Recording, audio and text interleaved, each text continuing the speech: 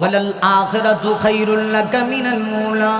নবী, ইহকালে আমি আপনাকে জানা দিয়েছি, পরকালে তার চাইতে বেশি দিব, অনেক অনেক গুণ বেশি দিব। এত দিব যা পাওয়ার পরে আপনি পরিপূর্ণভাবে সন্তুষ্ট হয়ে যাবেন। একটু খেয়াল করে দেখেন, হাসরের ময়দানে আমার নবীকে আল্লাহ এত সম্মান, এত ইজ্জত দিবে। পৃথিবীতে যত নবী আল্লাহ পাঠাইছে, কোন নবীকে আল্লাহ এত সম্মান দিবে না। কিয়ামতের কঠিন ময়দান যখন শুরু হয়ে যাবে, হযরত ইসরাফিল সিংহার ভিতরে যখন ফুৎকার দিয়ে দিবে, ইসরাফিল দুইবার সিংহার ভিতরে ফুৎকার দিবে। প্রথমবার যখন দিবে, ইসরাফিলের সিংহার ফুৎকারের আওয়াজে পৃথিবীতে যত বেঈমান ছিল, একটা বেঈমানও আর থাকবে না। কারণ ইসরাফিল তো তখন সিংহায় ফুৎকার দিবে যখন পৃথিবীতে কোনো ইমানদার থাকবে না। যেদিন ইমানদার নাই, আল্লাহ ইসরাফিলকে বলবে, ইসরাফিল আমি পৃথিবী রাখবো না, মুমিন যেহেতু নাই, ইমানদাররা দুনিয়ার জামাই, জামাই নাই, বিভাগের বাড়িতে কোনো খানা ফিনা নাই, পৃথিবীর জামাই হলো ইমানদারেরা, ইমানদার নাই, আমি পৃথিবী রাখবো না। হযরত ইসরাফিলকে আল্লাহ অর্ডার করে দিবি, ইসরাফিল তুমি তোমার সিংহার ভিতরে ফুৎকারটা বাজায় দাও। হযরত ইসরাফিল আল্লাহর পক্ষ থেকে অর্ডার পাইয়া সর্বপ্রথম যখন সিংহায় ফুৎকারের আওয়াজ দিবে, মুমিন রে যত সময় যাবে তত বিকট আওয়াজ ধারণ করবে। এমন একটা আওয়াজ হবে, পৃথিবীর মানুষ এমন আওয়াজ কোনোদিন শুনে নাই। শেষ পর্যন্ত আওয়াজ শুনে শুনে পৃথিবীতে যতগুলি বেঈমান ছিল, সবগুলি বেঈমান একসঙ্গে মারা যাবে। আল্লাহ তখন আবার বলবেন, ইসরাফিল তুমি তোমার ডিউটি চূড়ান্তভাবে পালন করো। হযরত ইসরাফিল আল্লাহর পক্ষ থেকে অর্ডার পাইয়া পুনরায় যখন সিংহায় ফুৎকার দিবে, তাফসীর কারকগণ রেখে হযরত ইসরাফিলের দ্বিতীয়বারের সিংহার ফুৎকারের আওয়াজে পৃথিবীতে যে যেখানে মৃত্যুবরণ করেছিল, কেউ নদীতে, কেউ খালে, কেউ বিলে, কেউ সাগরে, কেউ মহাসাগরে, কেউ বা গাড়ির চাপায় পড়ে মৃত্যুবরণ করেছি, যে যেখানে মৃত্যুবরণ করেছে সে সেখান থেকে ময়দানে মাহশরের দিকে উঠবে। তবে হাদিসে আসে আমার নবীকে আল্লাহ এত সম্মান দিবে, হাসরের ময়দানে সব মানুষগুলি উলঙ্গ হয়ে উঠব। সুবহানাল্লাহ। অসুবিধা হইতেছে? অসুবিধা হয়? সব মানুষ লেঙ্গা। এই জন্য আমরা দেশ কিছু ফির ফকির আছে, এরা কয় আইসিউ লেংটা, জামু লেংটা, মাঝখানো লেংটা। আসেনি এরকম কিছু বন্ড? খাজা বাবার দল আছে না, ল্যাংটা বাবা, ল্যাংটা বাবা, আইসু ল্যাংটা, জামু ল্যাংটা, মাঝখানে বুঝি ল্যাংটা থাকবো। একটা খাট আইস তোরা কেটা কইছে ল্যাংটা থাকবার লাগে? দুনিয়াতে আল্লাহ লিবাস ও তাকওয়া, তাকওয়ার লেবাস দিয়েছে। দেহ ঢাকার জন্যে, অন্তরে যেমন আল্লাহ পাক অন্তর পরিষ্কার করার জন্যে আল্লাহ রাব্বুল আলামিন যেভাবে চিকিৎসা দিয়েছে, ঠিক আপনার দেহটাও সুন্দর রাখার জন্যে আল্লাহ পাক আপনাকে লেবাস দিয়েছে। কিন্তু এরা ওইটা মানতে রাজি না। এরকম কিছু ভণ্ড আছে কিনা? নাই। এরা দেখবেন আবার দরবেশ দাবি করে, কিন্তু নামাজ পড়তে রাজি না। আল্লাহর কাছে কিচ্ছু চায় না, বাবার কাছে চায়। কথা কন না কেন? ঠিক নেই? আবার গানও গায়, কেউ ফিরে না খালি হাতে বাবা তোমার দরবারেতে। ঠিক কিনা? আরো জোরে কর। আসেনি যে এই কথা যদি কেউ বলে, কেউ ফিরে না খালি হাতে বাবা তোমার দরবারেতে, ইমান আসে না গেছে? হ্যাঁ, 1000 মাইল বাগে গেছে। বলার দরকার ছিল, আল্লাহ তোমার দরবারেতে কেউ ফিরে না খালি হাতে। কারণ বাবার দরবারে কিছু নেই, সব কিছু যিনি দিতে পারেন তিনি কে? আরো জোরে। তাহলে চাইবেন কার কাছে? না কোনো ল্যাংটা বাবা, কুত্তাশা, গাইবিশা, বদনাশা, ল্যাংলেংসা, কেউর কাছে চাবো না। কোনো কিছুর প্রয়োজন হইলে ডাইরেক্ট আল্লাহর কাছে চাইবেন। কারণ বাবার কোনো ক্ষমতা নেই। কিন্তু আমরা দেশে এমন লোক আছে, নিজের বাপরে বাপ ডাকে না।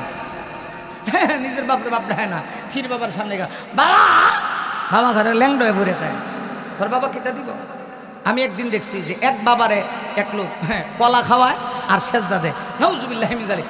মনটা চাইছেন এটা হাত উঠা একটা থাপ্পড় দেয়া, এই গালে যতগুলো দাঁত আছে সব বাইর করে, হে গালে দিয়ে বাইর করে লাগে। কারণ যে আল্লাহ তারে এত মহব্বত করে সৃষ্টি করলো, ওই আল্লাহকে সে সেজদা না দিয়া বাবারে গিয়ে সেজদা দেয়। সেজদা দিবেন একমাত্র কার সামনে? আরো জোরে কন। কোন পীরের মাজারে গিয়ে সেজদা দেওয়া যাবে? আহা, এরা আবার পীর সাহেবের ভক্তিগিরি করে, আবার দেখবেন গাঞ্জা খায়। গাঞ্জা টানে, গাঞ্জা খায়, বাবার নামে গাঞ্জা খায়, গাউসুল আজমের নামে গাঞ্জা খায়, এরপরে খাজার নামে গাঞ্জা খায়। খাজার নামে মাজার করি দেখাই ওরা খাজার শান, দিনে করে বন্ডামি আর রাত্রি মারে গাঞ্জায় টান। এই হলো এদের অবস্থা। বাবার কাছে কিচ্ছু চাইবেন না, আল্লাহর কাছে চান, আল্লাহ সব কিছু পারে। আল্লাহ কয়, নবী গো, আপনাকে এত সম্মান দিব, কিয়ামতের দিন সবাই উঠবে উলঙ্গ হইয়া। আম্মাজান আয়েশা সিদ্দিকা থেকে হাদিস এসেছে, আমার মা আম্মা জান আয়েশা সিদ্দিকা রাদিয়াল্লাহু আনহা বলেন, কিয়ামতের কঠিন ময়দান যখন শুরু হবে, কাহারও গায়ে কোনো কাপড় নাই, একদম উলঙ্গ হইয়া কিয়ামতের দিন সকল মানুষগুলি আল্লাহর সামনে উঠবে। নবী যখন এই হাদিস কানা বর্ণনা করেন, আম্মা জান আয়েশা আমার নবীকে জিজ্ঞাসা করে, ইয়া রাসূলুল্লাহ, নবীজি ওই দিন যদি সকল মানুষ উলঙ্গ হয়ে ওঠে, আমি আয়েশারও কি একই অবস্থা হবে নাকি? নবী বলেন, অবশ্যই। হযরত আয়েশা আমার মা আম্মা জান আবার জিজ্ঞাসা করেন, ইয়া রাসূলুল্লাহ, তাই যদি হয়, আমি যে আপনার স্ত্রী হই, আপনার সম্মানটা কোথায় যায়? আপনার প্রেস্টিজ নষ্ট হবে না? নবী তখন রাতে বলে, আয়েশারে শোনো, কিয়ামতের কঠিন ময়দানে এমন হবে, কেউ কাহারও দিকে তাকাবে না, প্রত্যেকেই নিজেকে নিয়ে ব্যস্ত হয়ে পড়বে, নবীরা পর্যন্ত উম্মত থেকে বাঁধতে শুরু করবে। একজন মা দুনিয়াতে কত কষ্ট করে সন্তান প্রসব করেছিল, মা পর্যন্ত সন্তানের পরিচয় দিবে না। সন্তান মায়ের কাছে যাবে, মা ডাক দেয়া কইব, পৃথিবীতে আমি কোনো সন্তান ভূমিষ্ঠ করি নাই। আল্লাহ ডাক দেয়া কয়, নবী গো, নবী, ইহকালে আপনাকে কি সম্মান দিছি, কিয়ামতের দিন তার চাইতে বেশি দিব। নবী বলেন, কিন্তু আল্লাহ পার্সোনালি আমাকে মর্যাদা দিবে, পার্সোনাল সম্মান দিবে। আমি বিশ্ব নবীকে সেদিন আমার আল্লাহ রওজা মোবারক থেকে জান্নাতি দুইটা রেশমি কাপড় পরাইয়া সসম্মানে সর্বপ্রথম আমি নবীকে সেদিন ওঠানো হবে। নবী বলেন, এটা আমি বিশ্ব নবীর শান, আমি বিশ্ব নবীর মান। আমার নবী বলেন, ওই দিন আমি সর্বপ্রথম উঠব, আর আমার ডান দিক থেকে উঠবে হযরত আবু বকর। সুবহানাল্লাহ কোন, আরো জোরে কোন।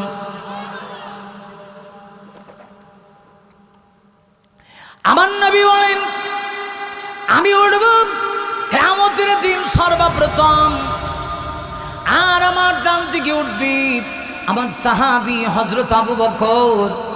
কারণ আবু বকর সিদ্দিক আমার নবীজির দুনিয়ার সাথী ছিল, রওজা মুবারকের সাথী। শুধু রওজার সাথী তা না, নবী বলেন কিয়ামতের দিনও আবু বকর আমার সাথী হবে। একটু খেয়াল করেন, আমার নবী আর আবু বকর বয়সে কাছাকাছি ছিলেন। কাছাকাছি বয়স আছে না? আমার নবীর বয়স 63, আবু বকর সিদ্দিকের যখন বয়স ছিল 61 বছর। নবী যখন ইন্তেকাল করে, আবু বকর সিদ্দিকের বয়স তখন 61। নবী যখন ওফাত হয়, ওফাতুন নবী সাল্লাল্লাহু আলাইহি ওয়াসাল্লাম, আমার নবী যখন ইন্তেকাল করে, আমার নবীর বয়স ছিল 63 বছর। আবু বকর সিদ্দিক তখন বয়সে ছিল 61 বছর, মাত্র 2 বছরের ব্যবধান। আমার নবী দুনিয়া থেকে বিদায় নিয়ে গেলেন। 2টা বছর মুসলমানদের 4 জন খলিফা ছিলেন, 4 জন খোলাফায়ে রাশিদিনদের ভিতর থেকে সর্বপ্রথম মুসলমানদের খলিফা নির্বাচিত হয়েছিলেন হযরত আবু বকর। আমার নবী ইন্তেকাল হওয়ার পরে আবু বকর হয়েছিলেন মুসলমানদের খলিফা। 2টা বছর আবু বকর রাষ্ট্র পরিচালনা করছে আমার নবীর অনুপস্থিতিতে। এইভাবে রাষ্ট্র চালিয়েছি, নবী যেইভাবে রাষ্ট্র চালাইতো হযরত আবু বকর সিদ্দিক ওইভাবে রাষ্ট্র চালাইছে। আজকে লক্ষ্য করে দেখুন, আমার এই দেশের ভিতরে কত দুর্নীতি হয়। এর কারণ হলো আমার দেশের মানুষ দুর্নীতি বন্ধ করতে চায়, নির্বাচিত যাদেরকে করে এরা নিজেরাই দুর্নীতিবাজ। ঠিক কিনা? কথা বলতে হবে, কথা কোন ঠিক না ঠিক? আমরা সমাজে দুর্নীতি বন্ধ করতে চাই, কিন্তু যাদেরকে নির্বাচিত করে এরা নিজেরাই দুর্নীতিবাজ, এক একটা দুর্নীতির সঙ্গে জড়িত। কথা কোন ঠিক কিনা? এই ছেলে, এটা কোনটা? এইটাকে আওয়াজ দিয়েছে কেন? এটা মারাত্মক সমস্যা, তো খেয়াল করেন, আমার দিকে খেয়াল করেন। আমরা দুর্নীতি যদি বন্ধ করতে চাই, সংসদে এমন কিছু লোককে পাঠাতে হবে যারা দুর্নীতির সাথে জড়িত না। যে নিজে দুর্নীতিবাজ সে এই সমাজ থেকে দুর্নীতি বন্ধ করতে পারবে না। মনে রাখবেন, এই জমিনে যতদিন পর্যন্ত কোরআন সুন্নাহর আইন বাস্তবায়ন না হবে এদেশে দুর্নীতি বন্ধ হবে না। অতএব সামনে সময় এসেছে, 17 বছর আমরা অনেক দেখেছি। আগামী দিনে আমরা একটা কোরআনের সংসদ দেখতে চাই। আলেমরা সংসদে যাবে, যারা কোরআন পড়ে আল্লাহর জমিনে কোরআনের রাজ কায়েম করতে চায়, কোরআনের বিধান কায়েম করতে চায়, ওরা যদি সংসদে যায় তাহলে এই দেশে কেউ আল্লাহর বিরুদ্ধে কথা বলতে পারবে না। ইতিমধ্যে আপনারা দেখেছেন বাংলাদেশের একটা আবুল ফাউল সরকার, এক কুলাঙ্গারের বাচ্চা আমার আল্লাহকে নিয়ে কটূক্তি করেছে। এদেশে যদি ইসলামী রাষ্ট্র থাকতো ওই কুলাঙ্গারের জিহ্বা থাকতো না। আমার মনে হয় সকালবেলা ওই কুলাঙ্গারের জিহ্বা কুকুরকে দেওয়া খাওয়ানো হতো। কথা ঠিক না বেঠিক? আমি আপনাদের কাছে জানতে চাই, সর্বশেষ আপনাদের কাছে জানতে চাই, এই বাংলার জমিনে যদিও এই দেশটা ইসলামী রাষ্ট্র না, কিন্তু দেশটা শতকরা 95% মুসলমানের দেশ। এই কথা বলো আওয়াজ করে, জোরে, একটা জবানা বন্ধ থাকবে না, জোরে সোরে আওয়াজ করে বলো। কথা কোন ঠিক না বেঠিক? এখন আপনাদের কাছ থেকে আমি ওয়াদা নিতে চাই, এই পৃথিবীতে মুসলিম হিসাবে আমি সবচেয়ে বেশি মহব্বত করি আমার আল্লাহকে। খোদার কসম করে বলি, এ দেশের রক্ত দেশের কোনো নেতা নেত্রী দেয় নাই। এ দেহে রক্ত দিয়েছেন আমার আল্লাহ, আমাকে কথা বলার শক্তি দিয়েছেন আমার আল্লাহ, আমাকে জবান শক্তি আমার আল্লাহ দিয়েছে, আমাকে হাঁটার মতো শক্তি আল্লাহ দিয়েছে, আমাকে কিডনি দিয়েছে আমার আল্লাহ। অতএব সে আল্লাহর বিরুদ্ধে যদি কেউ কিচ্ছু বলে, ওকে যদি সাহায্য করার জন্য আল্লাহর বিরুদ্ধাচরণকারীকে যদি চূড়ান্তভাবে শাস্তি প্রয়োগ করার জন্য যদি জীবন দিতে হয়, কারা কারা প্রস্তুত আছো? দুইটা হাত টান টান করে আল্লাহকে দেখায়।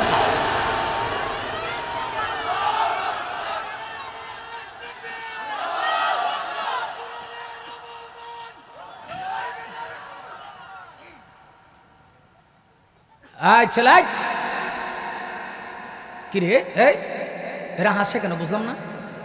সব কথা বুঝোই না এরা, ছোট বাচ্চারা এখানে গিয়ে হাসে। হেরা মনে করতেছি এত গরম হয়েছে, একটু হাসে দেখি কি মজা লাগে। বিষয়টা কি এরকম? কথা বলেন না কেন? আল্লাহর বিরুদ্ধে বললে কি সহ্য করা যায়? কথা বলেন না কেন? আপনারা দেখেন নাই সোশ্যাল মিডিয়াতে এই আবুল সরকার আমার আল্লাহর বিরুদ্ধে কইছে না? কি কইছে? কয় এটা কি আল্লাহর মুখ না হোক? আল্লাহ এক মুখে সারি কথা কেমনে কয়? এত বড় বিয়াদব। আবার দেখেন কোরআনের অপব্যাখ্যা করছে। কোরআন শরীফের সর্বশেষ সূরার নাম কি? নাস। নাম কি? কথা কন না কা? নাস মানে কি? নাস মানে হলে মানুষ। নাস মানে, আর এই খাঁটা ইসি কিতা কইছে শুনছেন নি? নাস মানে হলো নাইস দেও। নাউজুবিল্লাহ কর। কুল আউযু বিরাব্বিন নাসে, আল্লাহ কইছে এখানে নাসো। মালিকিন নাসে আবার কইছে নাসো। ইলাহিন নাসে আবার কইছে নাসো। চিন্তা করে দেখছেন কিতা করে? আল্লাহ বুঝি নাচবার কথা কইছে। তোর যদি এত নাচবার ইচ্ছা হয়, নাচা গাইয়া তুই জাহান্নামে যা, আমরা তোর সাথে যাবো না। আরো জোরে কর, নাচা গায়া তোর যদি জাহান্নামে যাওয়া লাগে তুই যা, আমরা যাবো না। ঠিক না বে ঠিক? গাও বাংলাদেশ গাও, তবে ইচ্ছে মতো গাও। গাও বাংলাদেশ গাও, তবে ইচ্ছে মতো গাও। মন চাইলে নেচে গে জাহান্নামে যাও। এটা কিতা আওয়াজ দে, বুঝি না এই আওয়াজ। মন চাইলে নেচে গে জাহান্নামে যাও। ঠিক না? গাও বাংলাদেশ গাও, তবে ইচ্ছে মতো গাও। গাও বাংলাদেশ গাও, তবে ইচ্ছে মতো গাও। মন চাইলে নেচে গে জাহান্নামে যাও। মন চাইলে নেচে গে জাহান্নামে যাও। ঠিক না? যে মনি চাতে মন করে মনের সুখী গান গাইবা, মাঝে মধ্যে তিরিং বিরিং কমর দোলাই নাচিবা। ভালো লাগে বুঝি তাই এত নাচানাচি, ভালো লাগে বুঝি তাই এত নাচানাচি, এত কেন নাচানাচি জাহান্নামে যাও। গাও বাংলাদেশ গাও, তবে ইচ্ছে মতো গাও, মন চাইলে নিচে গে জাহান্নামে যাও। এই মাগ দেওয়ার চাইতে আর কিছু বলার মতো আমার নাই, যা সিন ভিতরে সব বাড়িয়ে যেতেছে। যাই হোক আমার প্রাণের ভাইরা, আল্লাহ কয় নবী গো ইহকালে শুধু আপনাকে সম্মান দিয়েছি তা না, পরকালেও এর চাইতে বেশি সম্মান আমি আপনাকে দেব। ময়দানে মাহাশরে সর্বপ্রথম আপনাকেই জান্নাতি রেশমি দুইটা কাপড় পরায়া রওজা মোবারক থেকে সসম্মানে আপনাকে ওঠানো হবে। শেষ করে দিই, একটু কথাটা ফিনিশিং দে বাবা, কষ্ট হইতেছে? হ্যাঁ হ্যাঁ, না ওয়াজ তো শেষ করলাম, এতক্ষণ 2 ঘন্টা করে লেছি, আরও কি করণ যায়? জানের অবস্থা তো 12টা বেজে গেছে। একটু খেয়াল করেন, রসুল বলেন আমি যখন উঠবো আমার ডান দিক থেকে হজরত আবু বকর, কারণ আবু বকর ছিল আমার দুনিয়ার সাথী। একেবারে বয়সের দিক থেকেও আবু বকর আর নবী খুব কাছাকাছি। রসুল ইন্তেকাল করলেন, আবু বকরের বয়স 61 বছর, আর নবীর বয়স কত? 63। নবী চলে গেলেন, হযরত আবু বকর খলিফা হিসেবে নির্বাচিত হয়ে গেছে। সুবহানাল্লাহ। 2টা বছর আবু বকর সিদ্দিক রাষ্ট্র চালাইছেন। কয় বছর? কমই বেশি 2 বছর রাষ্ট্র চালানোর পরে আবু বকর যখন বুঝতে পারলেন আমি আর দুনিয়াতে বাঁচব না, মনে হয় আল্লাহ আমাকে ডাক দিয়েছেন, আল্লাহর ডাকে চলে যাব, সাহাবীদেরকে ওসিয়ত করে গেলেন, সাহাবীরা আমি যেদিন ইন্তেকাল করব আমার জানাজার পরে তোমরা সবাই আমার লাশটা নবীজির রওজার কাছে নিয়ে যাইবা। আল্লাহু আকবার জোরে বলেন। নবীজি রওজার কাছে যাইবা। আমাদের আকীদা কি? আমার নবীজি রওজা মুবারকে জিন্দা। সুবহানাল্লাহ জোরে কর। আমার নবীজির রওজা পাকের সামনে আমার লাশটা লইয়া যাইও, গিয়া সেখানে গিয়ে আগে সালাম দিবা। যদি নবী খুশি হয়ে থাকেন সালামের জবাব দিবেন। 2 নম্বর হলো তোমরা আমার নবীকে জিজ্ঞাসা করবা, ইয়া রাসূলুল্লাহ আপনার দুনিয়ার সাথী আবু বকর সিদ্দিক ইহজগতে আপনার সাথী ছিল, আপনার অনুপস্থিতিতে আপনার ইন্তেকালের পরে আবু বকর 2টা বছর রাষ্ট্র পরিচালনা করছে, আপনি যদি আবু বকর সিদ্দিকের উপরে সন্তুষ্ট হয়ে থাকেন তাহলে আবু বকর সিদ্দিক বলছে আপনার পাশে তাকে শোয়া যাইতে, সন্তুষ্ট হয়ে থাকলে আপনি নিজে জবাব দিয়ে জানায়া দেন। সুবহানাল্লাহ জোরে গান। সাহাবীরা বলেন রওজা পাকের সামনে গিয়া যে মুহূর্তে আমরা এই কথা বলেছি এমনি দেখি রওজা মোবারক থেকে আওয়াজ এসেছে। রওজা থেকে আওয়াজ আস আদখুলিল হাবিবা ইলাল হাবিব। রওজা থেকে আওয়াজ আস বন্ধুকে বন্ধুর কাছে রেখে যাও। আবু বকর সিদ্দিক ইহু জগতে আমার সাথী ছিল, আজকে থেকে রওজা মুবারকের সাথী, আর কিয়ামতের দিন আবু বকর আমার সাথী হবে। আমার নবী বলেন ওই কিয়ামতের কঠিন ময়দানে আমি যখন উঠবো হযরত আবু বকর আমার ডান দিক থেকে উঠবে, বাম দিক থেকে উঠবে হযরত ওমর। বিশ্বাস যদি না হয় যারা আমার নবীজির মদিনায় গিয়েছে গিয়া দেখেন আমার নবীজির রওজা হলো আমার মা আম্মা জান্নাত আয়েশা সিদ্দিকার হুজরায়, কারণ নবীজির ইন্তেকাল সেখানে হয়েছে, নবীকে সেখানেই দাফন করা হয়েছে। আমার নবীজি আমার মা আম্মা জান আয়েশার হুজরা শরীফে শুয়ে আছেন, সেখানে রওজা মুবারক। আমার নবী রওজার বড় দামি, রওজা মুবারকের মাটিও বড় দামি।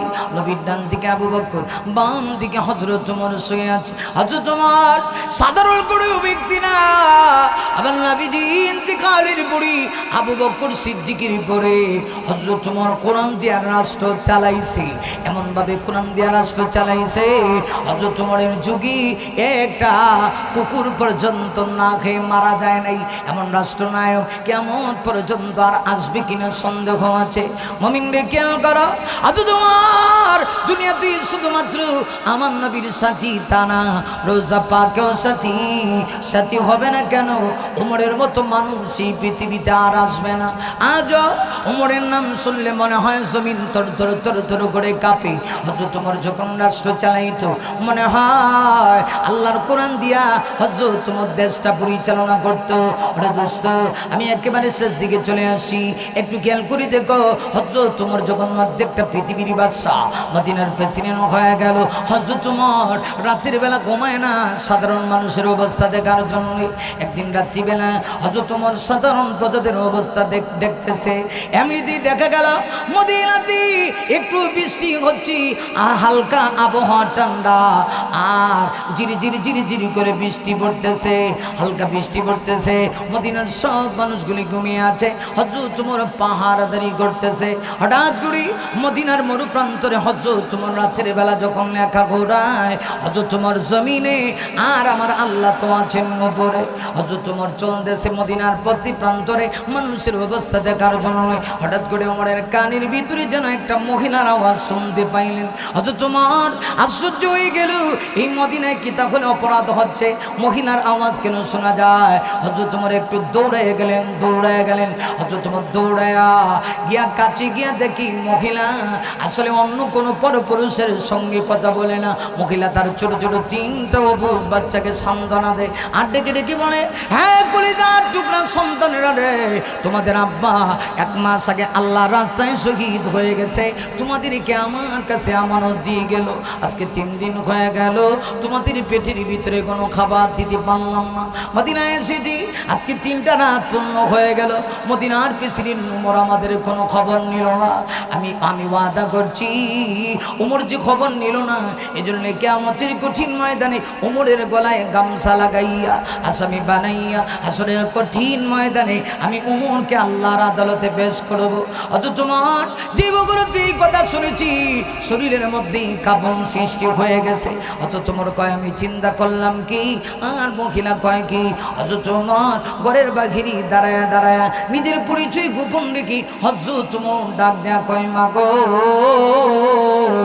ও মা, জানতে চাই আপনি মনে হয় মদিনার বাহিরের লোক। কহা, তাহলে মদিনায় আসলেন, ওমরের কাছে কি খবরটা আপনি পৌঁছাইতে পারলেন না? মহিলা ডাক দিয়ে কই, যুবক তুমি কি, তোমাকে চিনি না, তবে শোনো, তুমি যদি নবীর দেশের মানুষ হয়ে থাকো তাহলে কি তুমি নবীর হাদিসটা শোনো নাই? রাজ্যের প্রজার খবর রাজা নিবে, রাজ্যের প্রজার খবর, রাজ্যের প্রজা যদি কষ্টে থাকে প্রজার খবরটা প্রজা রাজ্যের বাদশার কাছে পৌঁছাবে না, বরং বাদশা নিজেই প্রজার খবর নিবে। এইটাই তো আমার নবীর হাদিস। সুবহানাল্লাহ।